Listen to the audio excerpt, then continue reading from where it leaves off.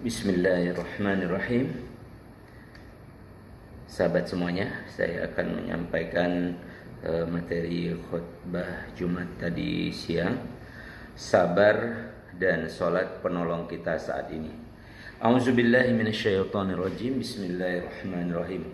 Wasta'inu bis-sabri was-salah wa innaha lakabiratun illa 'alal khashiin.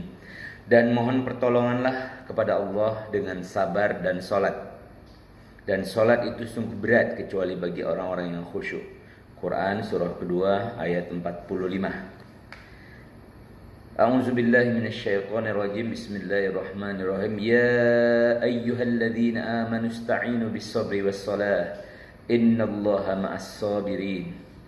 Wahai orang-orang yang beriman, mohonlah pertolongan kepada Allah dengan sabar dan salat. Sungguh Allah beserta orang-orang yang sabar. Quran surah kedua ayat 153. Dan terakhir, A'udzubillahi minasyaitonirrajim. Walladzina sabaru ibtigha'a wajhi rabbihim wa aqamus shalah. Dan orang yang sabar karena mengharapkan keridhaan Tuhannya dan orang yang mendirikan salat. Quran surah 13 ayat 22. Sabar termasuk kata yang disebutkan di dalam Al-Quran lebih dari 100 kali. Tidak mengherankan karena sabar adalah poros sekaligus asas segala macam kemuliaan akhlak. Sabar bernilai setengah keimanan. Sabar terdiri atas 3 tingkatan. Pertama, sabar dalam menghadapi sesuatu yang menyakitkan seperti musibah, bencana atau kesusahan. Termasuk ketika pandemi ini, kesusahan finansial atau hal lain-lain, misalnya penyakit dan lain-lain, itu adalah sabar dalam tingkatan pertama yang kita hadapi. Kedua adalah sabar dalam meninggalkan perbuatan maksiat. Nah ini ternyata kita harus sabar juga dalam hal ini, sabar dalam meninggalkan perbuatan maksiat. Saudaraku, khususnya bagi kaum laki-laki, ketika kita berada dalam keadaan sendiri, ketika kita berada dalam keadaan tanpa orang lain, di sana tubuh kita, ruh kita semuanya bersatu, bahkan kita bisa melakukan tindakan tidak terpuji. Nah, sabar dalam meninggalkan maksiat di sini maksudnya kita sabar untuk tidak melakukan hal tersebut. Ketiga, sabar dalam menjalani ketaatan. Nah, dalam menjalani ketaatan kita juga dibutuhkan kesabaran. Jadi ada 3 tadi, sabar dalam menghadapi kesulitan, sabar dalam menghadapi maksiat, kemudian sabar dalam ketaatan. Nah, kemudian dengan kata lain, sabar adalah upaya menahan diri dalam melakukan sesuatu atau meninggalkan sesuatu untuk mencapai ridho Allah. Ya, tadi di surah Ar-Ra'd ayat 22, dan orang yang sabar karena mengharapkan keridhaan Tuhannya dan orang yang mendirikan salat.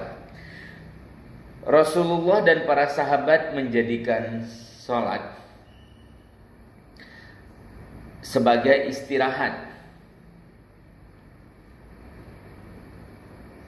sarana pembelajaran, pembangkit energi, sumber kekuatan, dan pemandu meraih kemenangan. Ini sholat. Dengan kata lain, sabar dan sholat mesti kita kuatkan. Sabar adalah upaya menahan diri dalam melakukan sesuatu atau meninggalkan sesuatu untuk mencapai ridha Allah. Dalam hadis riwayat Bukhari, siapa yang sungguh-sungguh berusaha bersabar, maka Allah akan memudahkan kesabaran baginya. Dan tidaklah seseorang dianugerahkan oleh Allah Subhanahu wa taala pemberian yang lebih baik dan lebih luas keutamaannya daripada sifat sabar. Dalam hadis riwayat Abu Daud, dulu jika ada perkara yang menyusahkan Nabi sallallahu alaihi wasallam, maka beliau salat.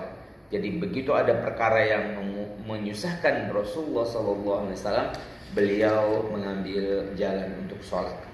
Salat sebagai pemandu kehidupan. Maha benar Allah yang menjanjikan kabar gembira bagi yang mampu bersabar menghadapi masalah. Wa basyiris sabirin, Berikanlah kabar gembira kepada orang-orang yang bersabar. Intinya sabar itu aktif. Kita yang bergerak untuk bersabar. Kita yang bergerak untuk bersabar. Dan sholatlah. Nih terakhir, sholatlah. Sholat adalah ibadah paling mulia di sisi Allah Subhanahu wa taala. Hadiah terbaik yang langsung diterima oleh baginda Rasulullah sallallahu alaihi wasallam. Juga sebagai amalan pertama yang dihisab nantinya. Maka ketika sholat kita baik, ketika sholat kita perbaiki, maka insya Allah kita bisa selamat di hisab yang pertama nantinya. Dan saran saya, perbaiki bacaan Qur'annya, terutama yang sering kita pakai untuk sholat.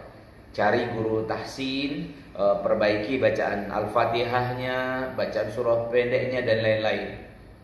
Dan terakhir, tumak ninahlah. Karena dengan tumak ninah, insya Allah salat kita lebih bernilai dan berharga. Wallahu a'lam bishawab. Assalamualaikum warahmatullahi wabarakatuh.